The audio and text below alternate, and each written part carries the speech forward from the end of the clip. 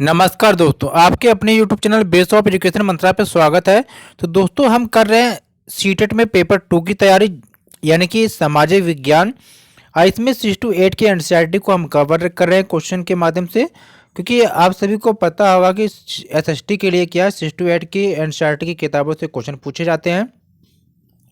अगर आपने एनसीईआरटी की किताबों को पढ़ा है तो ये वीडियो आपको बहुत ही अच्छी लगेगी, क्योंकि आपका रिवीजन हो जाएगा। ठीक है, चलिए करते हैं। फर्स्ट रिवीजन है सोशल पॉलिटिकल लाइफ, यानी कि सामाजिक राजनीतिक किताबों से है। पहला क्वेश्चन देखेंगे। पहला क्वेश्चन आपसे कहा जा रहा है, यहाँ पर ध्यान से देखेंगे, निम्नलिखित कथनों पर विचार करना आपको। पहला कथन है कि संविधान में उल्लेखित समानता के अधिकार के अनुसार कानूनन सभी समान हैं, अर्थात प्रत्येक व्यक्ति यानी देश के राष्ट्रपति से लेकर कामगारों नौकरों तक के सभी को क्या है, सभी को समान कानून का पालन करना है। दूसरा कहा जा रहा है कि किसी भी व्यक्ति के साथ उसके धर्म, जाति, वंश, जन्म स्थान और लिंग के आधार पर भेदभाव नहीं किया जा सकता है। अब आपको बताना है कि उपयुक्त में से कौन सा कथन सही है। तो ऊपर के दोनों कथन बिल्कुल सही है, ठीक है, यानी कि दोनों कथन सही है। चलिए चलते हैं, आगे चलते हैं अगले क्वेश्चन की तरफ।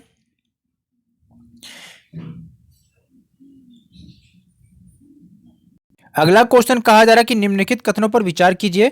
पहला कथन कि स्कूल में दोपहर का भोजन देने की योजना सर्वप्रथम आंध्र प्रदेश राज्य में प्रारंभ की गई थी। दूसरा कथन कहा रहा कि 2001 में उच्चतम न्यायालय ने सभी राज्य सरकारों को इसे अपने अपने राज्य के स्कूलों में 6 माह के अंदर आरंभ करने के निर्देश जारी किए। अब आपको बताना कि ऊपर में से कौन से कथन सही है। तो यहाँ पर देखिए, तो यहाँ पर कौन सा सही है आपको बताना है, ध्यान देंगे आप। तो ऊपर में से देखिए, जो पहला कथन है ये गलत हो गया, क्योंकि जो सर्वप्रथम ये योजना चलाई गई थी ये आंध्र प्रदेश में नहीं चलाई गई थी, ये चलाई गई थी कहाँ पर, तमिलनाडु में। ठीक है, तो ये आपको पता होना चाहिए कि सबसे पहले क्या है, तमिलनाडु में चलाई गई थी यह योजना। ठीक है, और ये जो आपका दूसरा कथन ये सही है, तो आपसे सही कथन पूछा है। ठीक है, यानी स्कूल में दोपहर का जो भोजन देने की जो योजना है सर्वप्रथम क्या है, तमिलनाडु राज्य में चलाई गई थी। और इस कार्यक्रम के काफ़ी सकारात्मक प्रभाव देखने को मिले थे, और इस कार्यक्रम से जातिगत पूर्वाग्रह को भी क्या है, कम करने में सहायता मिली थी। ठीक है, क्योंकि स्कूल में क्या है, उच्च और निम्न जाति के सभी ये बच्चे एक साथ क्या है, भोजन करते हैं। ठीक है, चलिए आगे देखते हैं। अगला क्वेश्चन यहाँ पर ध्यान से देंगे, क्या कहा जा रहा है कि क्वेश्चन में कहा जा रहा है कि रोजा की निम्न कथनों पर विचार करना है। रोजा पार्क्स की विद्रोही प्रतिक्रिया से अमेरिका में अफ्रीकी अमेरिकियों के साथ असमानता को लेकर एक विशाल आंदोलन प्रारंभ हो गया, जो नागरिक अधिकार आंदोलन यानी सिविल राइट मूवमेंट कहलाया। दूसरा कि अमेरिका के 1964 के नागरिक अधिकार अधिनियम ने नस्ल, धर्म, राष्ट्रीय मूल के आधार पर भेदभाव को निषेध कर दिया। वह अफ्रीकी अमेरिकी बच्चों के लिए सभी स्कूलों के दरवाजे भी खोल दिए गए। अब आपको बताना कि ऊपर में से कौन से कथन सत्य हैं, आपको बताना है। तो देखिए, पहला और दूसरा दोनों कथन बिल्कुल सही है। ठीक है, चलिए आगे चलते हैं अगले क्वेश्चन की तरफ। अगला क्वेश्चन क्या कहा जा रहा है, ध्यान से देखेंगे। देखिए अगला क्वेश्चन यहाँ पर ये कहा जा रहा है कि निम्नलिखित कथनों पर विचार करना है। पहला कथन कहा जा रहा है कि स्वास्थ्य का अधिकार मौलिक अधिकारों का भाग नहीं है। यही कारण है कि स्वास्थ्य सुविधाएं सभी के लिए समान रूप से उपलब्ध नहीं है। दूसरा कहा जा रहा है कि स्वच्छ पेयजल की आपूर्ति न होने के कारण जल जनित संक्रमित बीमारियों से लोग पीड़ित हैं। उपर्युक्त में से कौन से कथन असत्य हैं, आपको बताना है। तो देखिए, जो ऊपर के पहला कथन है ये बिल्कुल असत्य है। ठीक है, गलत है, आपको गलत ही बताना था, इसलिए पहला कथन यहाँ पर सही हो जाएगा। ठीक है, देखिए यहाँ पर क्या, पहला कथन यहाँ पर सही हो जाएगा। आप सभी जानते हैं कि स्वास्थ्य का अधिकार हमारा मौलिक अधिकार है, बावजूद इसके सभी को क्या समान सुविधाएं उपलब्ध नहीं हो पाती है। स्वास्थ्य के अधिकार को जीवन के अधिकार से जोड़ा गया है अनुच्छेद 21 के अंतर्गत। ठीक है, यानी स्वच्छ पेयजल की आपूर्ति न होने के कारण भी जल जनित संक्रमित बीमारियों से लोग क्या अधिक पीड़ित हैं। ठीक है, चलिए ये अगला क्वेश्चन यहाँ पर है, ध्यान से देखेंगे। ठीक है, क्या कहा जा रहा है क्वेश्चन में कि भारत के संदर्भ में निम्नलिखित कथनों पर विचार करना है। पहला कथन कहा जा रहा है कि भारत में दुनिया के सर्वाधिक चिकित्सकीय महाविद्यालय हैं और यहाँ सबसे अधिक डॉक्टर भी तैयार किए जाते हैं। दूसरा कथन कहा जा रहा है कि भारत विश्व का दवाइयाँ निर्मित करने वाला चौथा बड़ा देश है और यहाँ से भारी मात्रा में दवाइयों का निर्यात किया जाता है। ठीक है, अब आपको बताना है कि कौन सा कथन यहाँ पर सत्य है। तो देखिए भाई, पहला भी कथन है दोस्तों और दूसरा, यानी कि पहला और दूसरा दोनों कथन बिल्कुल सही है कि भारत में सबसे ज़्यादा क्या है, चिकित्सीय विद्यालय है और सबसे अधिक डॉक्टर यहाँ पर बनते हैं। ठीक है, और दवाइयों के रूप में यहाँ पर भारत क्या है, चौथे नंबर पर क्या है, विश्व में क्या है, ये चौथा बड़ा देश है। यहाँ पर दवाइयों की मात्रा सबसे ज़्यादा निर्यात की जाती है। चलिए अगले क्वेश्चन को देखते हैं। अगला क्वेश्चन क्या कहा जा रहा है, ध्यान से देखेंगे। ठीक है, क्या कहा जा रहा है, तो यहाँ पर क्वेश्चन ये कहा जा रहा है कि निम्नलिखित में से निम्नलिखित कथनों पर विचार करना है। हमारे संविधान के अनुसार लोगों के हित सुनिश्चित करना और सबको स्वास्थ्य सेवाएं प्रदान करना सरकार का प्राथमिक कर्तव्य है। ठीक है, आगे देखिए दूसरा कथन क्या कहा जा रहा है, यहाँ पर ध्यान से देखेंगे कि सरकार कर से प्राप्त धन का उपयोग सार्वजनिक सुविधाएं प्रदान करने में नहीं करती है। उपयुक्त में से कौन से कथन सत्य है बताना है। तो पहला कथन सही हो जाएगा, क्योंकि सरकार क्या है, जो कर मिलता है, टैक्स सरकार को मिलता है, उसी टैक्स क्या सार्वजनिक सुविधाएं उपलब्ध कराने की कोशिश करती है। ठीक है, क्योंकि आप सभी जानते हैं कि हमारे संविधान के अनुसार लोगों के लिए क्या सुनिश्चित करना और सबको स्वास्थ्य सेवाएं प्रदान करना सरकार का प्राथमिक कर्तव्य होता है। जनता द्वारा जितने भी टैक्स लगाए जाते हैं उसका जो भुगतान सरकार को किया जाता है, उसे सरकार क्या करती है, चिकित्सीय सुविधाएं या प्रतिरक्षा या पुलिस यानी इन सारे कार्यों में लगाती है। ठीक है, चलिए अब यहाँ पर अगला क्वेश्चन को हम देखते हैं। अगला क्वेश्चन क्या कहा जा रहा है कि निम्नलिखित कथनों पर, ठीक है, निम्नलिखित कथनों पर क्या करना है, आपको विचार करना है।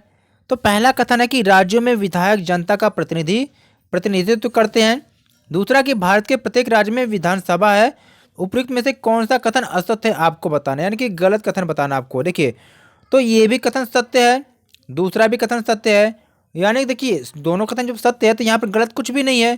तो इसीलिए यहाँ पर क्या ऑप्शन डी राइट हो जाएगा, ना तो एक ना तो दूसरा। ठीक है, अब देखिए अगला क्वेश्चन को हम देखते हैं क्या कहा जा रहा है, ध्यान से देखेंगे। ठीक है, क्वेश्चन कहा जा रहा है कि सन 2006 में कानून बनाकर, ठीक है, सन 2006 में कानून बनाकर घरेलू शारीरिक और मानसिक हिंसा से पीड़ित औरतों को कानूनी सुरक्षा प्रदान की गई।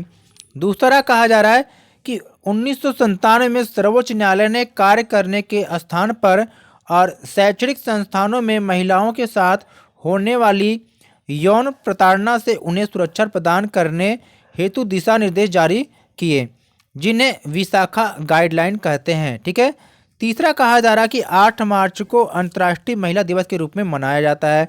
अब कौन से कथन सत्य हैं आपको बताना है। देखिए, यानी कि पहला कथन भी यहाँ पर क्या है, बिल्कुल सही कहा जा रहा है यहाँ पर। ठीक है, कि 2006 में कानून बनाकर घरेलू हिंसा शारीरिक मानसिक या इससे औरतों को क्या है, सुरक्षा दी गई है। दूसरा कथन भी सही है और तीसरा कथन भी कहा जा रहा है कि 8 मार्च को अंतर्राष्ट्रीय महिला दिवस के रूप में मनाया जाता है। ठीक है, चलिए चलते हैं अगले क्वेश्चन की तरफ। ठीक है, अगला क्वेश्चन क्या कहा जा रहा है, ध्यान से पढ़ना है आपको। ठीक है, कथन है, कथन को पढ़ना कि जब सरकार समाचार के किसी अंश, फिल्म के किसी दृश्य या गीत की किसी अभिव्यक्ति को जन समुदाय तक पहुंचाने से प्रतिबंधित करती है तो उसे सेंसरशिप कहा जाता है। कारण क्या कहा जा रहा है कि इतिहास में ऐसे मौके भी आए हैं जब सरकार ने संचार माध्यमों के ऊपर सेंसर लगाया। इसमें सबसे बुरा समय 1975 से 77 के बीच में आपातकाल का समय था। अब देखिए, अब आपको बताना कि निम्नलिखित विकल्पों का प्रयोग करते हुए आपको सही उत्तर का चयन करना है। तो देखिए यहाँ पर क्या कहा जा रहा है कि देखिए पहला भी कथन सही है और कारण जो इसका ये भी सही है, बस क्या कारण जो है ना कथन की व्याख्या नहीं कर रहा है। ऑप्शन बी राइट हो जाएगा, यानी कि कथन व कारण दोनों सही है लेकिन जो कारण है कथन को पुष्टि नहीं करता है। चलिए अगले क्वेश्चन की तरफ चलते हैं।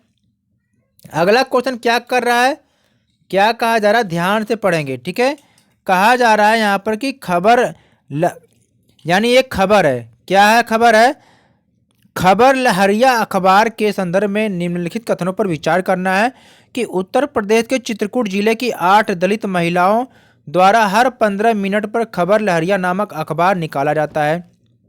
दूसरा कहा जा रहा है कि इस समाचार पत्र में दलितों से संबंधित विषयों स्त्रियों के प्रति हिंसा, राजनीतिक भ्रष्टाचार से संबंधित खबरें होती है। ठीक है।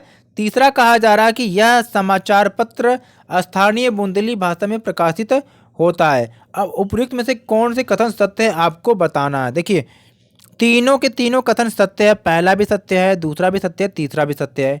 ठीक है, चलिए चलते हैं अगले क्वेश्चन की तरफ। अगला क्वेश्चन है दोस्तों यहाँ पर कि निम्नलिखित कथनों पर विचार कीजिए। ठीक है, तमिलनाडु में सप्ताह में 2 बार लगने वाला इरोडा का कपड़ा बाजार संसार के विशाल बाजारों में से एक है।